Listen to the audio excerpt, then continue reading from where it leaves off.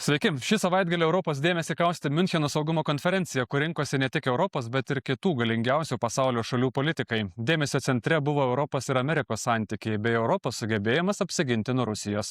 Į Vokietiją atvykęs Amerikos valstybės sekretorius Marco Rubio šiek tiek nuramino europiečius, bet Amerikos delegacija aiškiai kvietė Europą pagaliau sustiprėti ir patiems imti saugumą į savo rankas.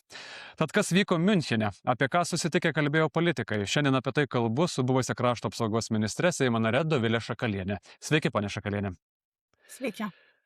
Jūs jau kelintus metus iš eilės važiuojate turbūt vieną svarbiausių pasaulyje Miuncheno saugumo konferencijų ir esat viena iš vos kelių lietuvių, kurie ten kviečiami.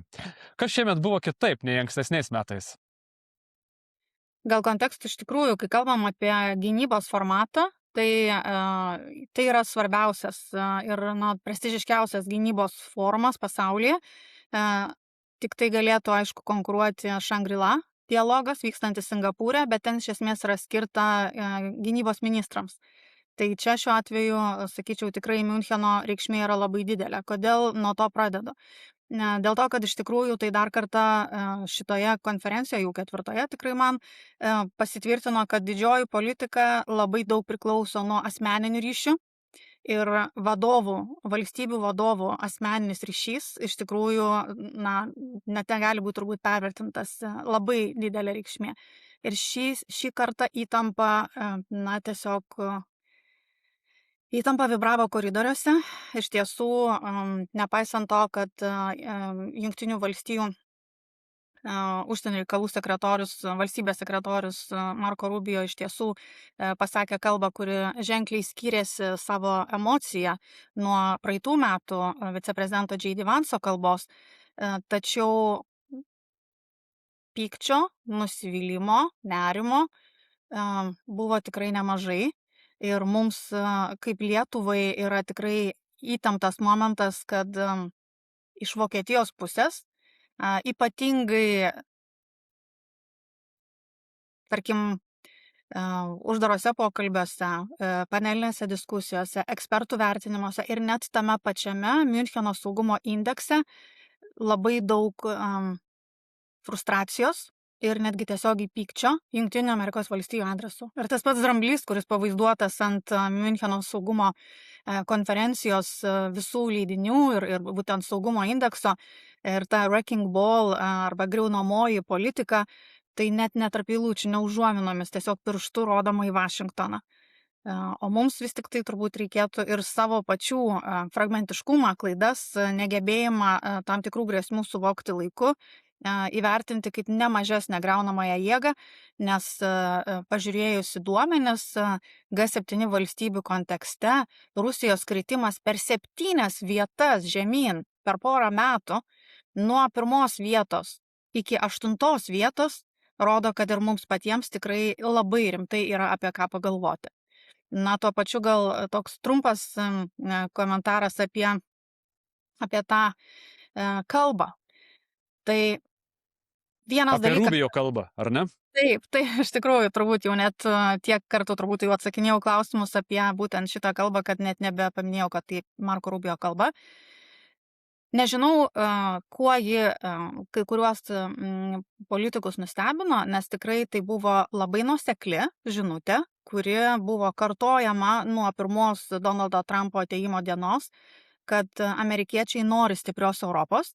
Ir taip pat daug frazių. America first, but not America alone. Amerika pirmoje vietoje, bet ne Amerika viena.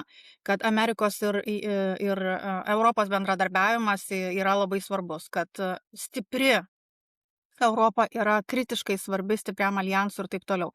Žinoma, jeigu mes kreiptumėm dėmesį tik tai į socialinėje medijoje pasirodančius JAV prezidento komentarus, atrodytų, kad yra tam tikro neprognozuojamumo ir gąsdinančio galbūt nenuoseklumo, bet jeigu vis tik tai žiūri bendrai ir į Baltųjų rūmų komunikaciją, ir į atliekamus jų veiksmus finansiškai, karinę prasme, praktiniam lygiai vykstančius bendradarbiavimo veiksmus su mūsų sąjungininkais techninių ir karinių lygmenių, tai vis dėlto tai yra labai nuoseklu ir atspindi tai, ką aš ir pati prieš gerą pusmetį vasaros pabaigoje Pentagone su gynybos, dabar jau karo sekretoriumi, kalbėjausi, kai jisai sakė, ir tai man labai atrodo svarbu, noriu dar kartą akcentuoti, JAV yra pasiruošusios vesti aljanso kariuomenę, bet ta kariuomenė turi egzistuoti ir ji turi būti stipri. Tai šioj situacijoje labai aiškiai pabrėžtas ir Marko Rubio kalboje šitas akcentas, kad stipri Europa yra Amerikos interesas ir kad vis tik tai JAV padės Europai apsiginti, bet negins Europą vietoje Amerikos, tai man atrodo labai aiškiai, labai nuosekli žinia ir nuoseklumas, prognozuojamumas, stabilumas yra tai, ko mes tikrai visi labai norim. Tuo pačiu, kalbant apie nuoseklų blogą elementą, ką matėm konferencijoje, tai kad kai kuriuose srityse mes vis dar kalbame. Amerikiečiai patys turi didžiulį gynybos biudžetą ir jį dar ženkliai didina, didžiuliais absoliutiniais skaičiais. BVP procentas yra vienas dalykas, bet ginkluotė perkama ne už procentus BVP, perkama už realius pinigus. Ir amerikiečiai investuoja trilijonus į gynybą. Jie ruošiasi karui. Indijos Ramiojo vandenyno regionas, kurio svarbą pagaliau ir mes jau tikrai suvokėme, ir tai, tikrai ne apie, ar bent jau ne tiek apie vertybinį bendradarbiavimą, kiek apie saugumą ir bendrą pasirengimą karui. Indo-Pacifikas padvigubino savo gynybos investicijas per pastarosius 10-15 metų, padvigubino. Europos šiuo metu investicijos į gynybą ir į gynybos pramonę vis dar yra neproporcingai mažos. Disproporcija tarp mūsų ekonominio ir finansinio pajėgumo ir mūsų investicijų į mūsų karinius resursus, taip pat ir gynybos pramonę, netitinka adekvačiai, nėra adekvatu dabartiniams geopolitinės realybės reikalavimams. Bet, po truputėlį pradėkim analizuoti, kas čia vyko, ar ne. Buvote salėje, kai Rubio pasakė kalbą, bent jau girdėt, kas vyko, ar ne. Europa plojo atsistojus ir visi susirinkę ten matėsi, ar ne, akivaizdžiai. Ar tai yra palengvėjimo atodusis toks tikras ir kad iš tikrųjų čia nieko tokio baisaus neįvyko, kai buvo pernai, kai buvo J.D. Vance'as, ar tai buvo kažkas kitko, kad džiaugsmas, kad pagaliau amerikiečiai, nepalieka Europos? Kaip jūs matėte tą iš šono? Vienas dalykas yra antraštės ir paviršutiniška emocija, kitas dalykas yra realybė. Tai kalbant apie tą paviršutinišką vertinimą, arba kitaip tariant, gal tą pradinę emociją. Tai taip, pernai salėje, kai tiesiog mačiau mums ypatingai svarbių mūsų partnerių vokiečių veidus ir to paties Boriso Pistoriuso veidą, Vansui sakant kalbą, tai kaip čia pasakius, temperatūra pakilo 100 laipsnių salėje, neteigiama prasme. Ir tas, kaip ir sakiau, vis dar atsiliepia, vis dar labai labai jaučiasi. Visiems tikrai, manau, kad visi iš tikrųjų, kas domisi saugumu ir pasiskaitė, nes internete yra paviešintas Miuncheno saugumo indeksas, tai tas pyktis eina iš kiekvienos eilutės. Bet šioje situacijoje, kai kalbėjo Rubio, taip, palengvėjimas buvo ryškus ir aš sakyčiau, kad mąstančių žmonių galvose pagrindinė palengvėjimo priežastis buvo tai, kad nebuvo pasakyta dar kas nors naujai blogo. Nes po siurprizo pernai Miuncheno konferencijos metu turbūt galima buvo manyti, kad o jeigu šį kartą iš amerikiečių išgirsime kažką, kas bus vėl tokio pat atvirai, tarkim, priešiško tam tikroms mūsų vertybėms. Nors aš nelabai mėgstu šito pokalbio apie vertybės, nes aš manau, kad pragmatizmas ir nacionaliniai interesai yra tai, kas lemia ir lems visus politinius veiksmus, o vertybės yra tik tai tokia deklaratyvioji to pokalbio dalis. Bet tikroji turbūt gera žinia, kai kalbam apie Rubio pasisakymą, tai vis tik tai buvo išsakyta aiškiai, kad neatskiriami yra JAV ir Europos likimai, kad jie yra neatskiriamai susipynę ir kad Amerikos tiesioginis interesas yra Europos stiprybė ir saugumas. Dabar čia, manau, reikėtų atskirti du dalykus. Ideologinį požiūrį, kaip jie mato Europą ir kokį jie mato Europos stuburą ir tą, gal sakyčiau, paveikslą, kuris tikrai labai tiksliai atitinka radikalių dešiniųjų partijų Europoje požiūrį. Tai toli gražu ne visi salėje galėjo būti susinervinę. Tikrai matom, kas vyksta, radikalių populistinių jėgų pakilimas visoje Europoje yra akivaizdus ir mes savo pačių Europinės alijanso dalies viduje turime vis aštresnių diskusijų. Bet jeigu kalbam apie investicijas į mūsų saugumą ir gynybą ir spaudimą Europai judėti su gynybos pramonė ir su kariniais pajėgumais, tai čia yra super. Tai tas man atrodo, kad yra labai gera žinia ir nebe tas atskirimas, kad žiūrėkite, Indijos Ramiojo vandenyno regionas tai čia mūsų, o jūs tai ten jūsų. Ir kažkaip tai taip. Bet dėmesio Ukrainai ir Rusijos grėsmės vertinimo trūko ne tik amerikiečių kalbose. Kaip ir sakiau, taip pat ir mūsų Europos pusėje, mano akimis žiūrint, perdėtai teigiamas vertinimas, ypač kai kuriuose panelinėse diskusijose, kai kuriuose pokalbių kambariuose jautėsi. Ir aš manau, kad vien ta iliuzija, kad tai yra taikos dėrybos, nes mano vertinimu tai nėra taikos dėrybos. Tai yra iš esmės tam tikra imitacija taikos dėrybų, kur vienintelis dalykas, kuriuo kvepia, tai yra ta vadinama nugalėtojo taika, ką mes labai gerai pamenam, mūsų regionas parduotas 45 pamena, kaip atrodo nugalėtojo taika. Tačiau amerikiečių iš tikrųjų investicijos į savo gynybą ir noras pagreitinti savo vidinius procesus dėl ginkluotės pristatymo ir gamybos, tai yra pozityvu.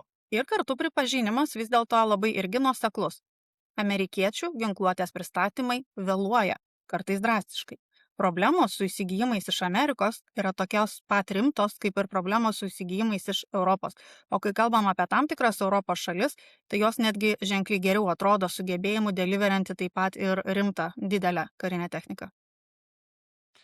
Kai Pentagono politikos vadovas, galbūt antras, o galbūt ir pirmas asmuo, ar ne, Elbridžas Colby Miunchene sakė, kad Amerika su Europa dalyjasi interesais, ne vertybėmis, ką jūs ir minėjote čia neseniai. Kaip jūs manot, ką tai reiškia mūsų alijansui, NATO, tai kad mes turime suvokti, kad reikia pradėti kažką tai daryti dėl savo saugumo? Ką Colby ir bandė pasakyti mums? Sakyčiau, kad turint omenyje Elbridžo Colby bendrą požiūrį į Europą, kuris nėra pozityvus, tai šiuo atveju kalbėjimas apie bendrus interesus yra pozityvu. Ir tas bendras interesas vis dėlto yra pagrįstas tuo, kad mes turime turėti ne tik tai stiprias ekonominės kojas, bet ir karinės. Ir šiuo atveju aš norėčiau turėti vilčių ir tam tikri pokalbiai ir tam tikros, gal diskusijos, nebūtinai ant scenos, leidžia manyti, kad vis tik tai ateina tas suvokimas, kad ir Indo-Pasifike amerikiečiams Europos pagalbos reikės. Indijos Ramiojo vandenyno regione, tikiuosi, čia lietuvių kalbos komisija nenušaus manęs už šitą trumpinį. Bet faktas yra, kad Indo-Pasifiko pačios tautos valstybės irgi labai nori Europos didesnio įsitraukimo. Ir užduodamas yra tas klausimas, ar Europa bus, kai mums grės rimtos problemos, arba kartais nevyniojant į vatą. Kai Kinija pradės karą prieš mus, kur bus Europa? Ar jūs mums padėsite, ar jūs būsite su mumis? Jūs kalbate apie tai, kad norime kartu vystyti gynybos pramonę, norime įsigyti dalykus, norime aukštosiose technologijose bendradarbiauti kibernetinėme saugume. Bet kaip susidėlios geopolitinis žemėlapis, kuomet vis tik tai pirmą pajudės Indo-Pacifikas, jeigu pirmiausia Kinija atakuoja Taivaną ir taip pat ne tik Taivaną, jeigu iš tikrųjų mes turime tą situaciją, kur žodis jeigu tampa vis mažiau realistiškas, kuomet daugelis taškų gali tapti labai karšti, nuo Australijos iki Korėjos, Singapūro ir taip toliau, tai ką mes darysime tuomet, ar mes esame pasiruošę teikti pagalbą. Mes šiuo metu teikdami pagalbą Ukrainai vis dar nepakankamai greitai savo kariuomenės lipdome. Mes vis dar nepakankamai greitai reaguojame į tai, kad mūsų karinė doktrina vis dėlto iš esmės bent jau iš dalies keičiasi. Mūsų karinių pajėgumų vystimas, aišku, turi turėti tą tvirtą stuburą, negali blaškytis ir staiga keisti įsigijimų ir planų kas mėnesį. Tačiau technologijų integravimas, dirbtinio intelekto integravimas, tam tikrų kibernetinių pajėgumų formavimas ir ne tik tai defensive, bet ir offensive. Tai yra ne tik ginamųjų, bet ir, na, tarkim, aktyvios gynybos per puolimą pajėgumų vystimas yra klausimas, kuris toli gražu nėra išspręstas. Tai taip, kad čia dar yra labai daug klausimų. Na gerai, bet Rubio po šitos konferencijos skrido ne į Berlyną ar Paryžių, į Vengriją ar Slovakiją. Ką tai pasako apie tas, imkim, Donaldo Trumpo administracijos požiūrį į mūsų tam tikrų valstybių, didžiųjų turbūt valstybių, Europos vyriausybės, jų požiūrį į politiką? Ar galima sakyti, kad šitoj vietoje, jeigu mes matom bendrą tokį sutarimą galbūt saugumo klausimais, bet vidaus problemos neleidžia tinkamai suartėti ir tinkamai bendrauti su Trumpo administracija? Kaip ir sakiau, man atrodo, kad mes Europoje labai mėgstam iliuzijas. Turėjome iliuziją, kad gyvename taikiame pasaulyje, turėjome iliuziją, kad didžioji politika daroma remiantis vertybėmis, tai, man atrodo, jau tikrai gal matome duženas šitų iliuzijų. Tai lygiai taip pat ir čia Europa yra skirtinga. Mes turime vis daugiau politinių jėgų ir vis didesnę visuomenės dalį Europoje, kuriai MAGA ideologija yra labai tinkama. Ir dėl to čia taip pat irgi suvokti gal tą skirtį tarp to pragmatinio intereso, kad Amerika nori būti stipriausia, kiečiausia, didžiausia jėga. Labai aiškiai ir jų strategijose, nacionalinio saugumo ir gynybos strategijose yra ta skirtis: jūs su mumis arba prieš mus. No middle ground, visiškai nėra jokios vidurinės žemės. Ir šalia to, tai kitaip tariant, tas toks pragmatinis aspektas - pinigai, ginklai, įsigijimai ir taip toliau, transakcinė politika. Ir šalia to ideologija, ne migracijai, žodžio laisvės suvokimas yra toks, na, sakyčiau, turbūt ne visai tai, kas daugelio Europos šalių konstitucijose aprašyta kaip žodžio laisvė ir kai kurie kiti skirtumai, bet kartu nemanau, kad tai yra tokia problema, kuri trukdytų mums kartu ruoštis gynybai. Mes galime turėti skirtingus požiūrius, mes galim galbūt net ir ne tik ginčytis, bet ir net nesutarti. Dėl to tai kasgi yra ta žodžio laisvė. Bet mes turim pripažinti, kad amerikiečiai, tikrai nepatogiai, bet tiksliai vardina tas problemas. Europa nesugebėjo susitvarkyti su masinė migracija. Žala, kurią mes patyrėm dėl to, kad mūsų teisės aktai iš esmės nebuvo įgyvendinami, buvo per švelnus, o kai kurie tiesiog nebuvo įgyvendinami, mūsų negebėjimas apsaugoti savo piliečių yra akivaizdus. Ir tų piliečių balsavimas už radikalias populistinės jėgas vis daugiau Europos valstybių, ir galiu lažintis iš ko norit, kad per sekančius 3-5 metus, tai mes tikrai ne tik su Vengrija ir Slovakija turėsim esminių problemų pačiame alijanse. Tai amerikiečiai tą įvardina tiksliai, mano akimis žiūrint nepatogiai, bet teisingai. Ir tai, kad jų požiūris yra toks, tai mums tiesiog reikės su tuo tvarkytis tokiu būdu, kad patys turim būti stipresni. Jėgos taisyklė yra tai, kas šiuo metu pasaulyje dominuoja, stipresniojo teisė. Mums tai gali labai nepatikti, ypač kai prisimenam savo istorinius blogas istorinės patirtis, bet taip yra. Ir jeigu norime, kad Europa su Amerika galėtų ginčytis, Europa su Amerika turi būti tokiame lygyje, o ne tokiame. Kitaip tariant, Europa turi turėti labai stiprią galią. Mes esame pajėgus ją generuoti, mes esame finansiškai ir ekonomiškai, nepaisant tam tikrų iššūkių, kurios patiria didžiosios ES šalis, mes esame pajėgus tai generuoti, bet mums kai kur taip pat reikia keisti ir požiūrį. Ir tas požiūrio keitimas susijęs su daugeliu klausimų, įskaitant ir su vertės mažėjimu gynybos pramonėje. Tai yra, už tuos pačius pinigus mes galime nusipirkti vis mažiau ir tiesioginis gynybos biudžeto augimas visiškai neatsispindi proporcinė prasme gynybos įsigijimų apimtise. Pašnekėkim truputėlį apie europiečių reakciją. Jūs jau užsiminėte truputėlį, kad jautėsi pyktis, ypač iš Vokietijos atstovų, jie pyko ant amerikiečių.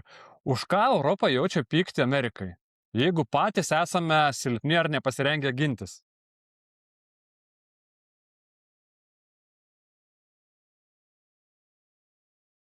mums yra labai svarbus tiek vokiečiai, tiek amerikiečiai.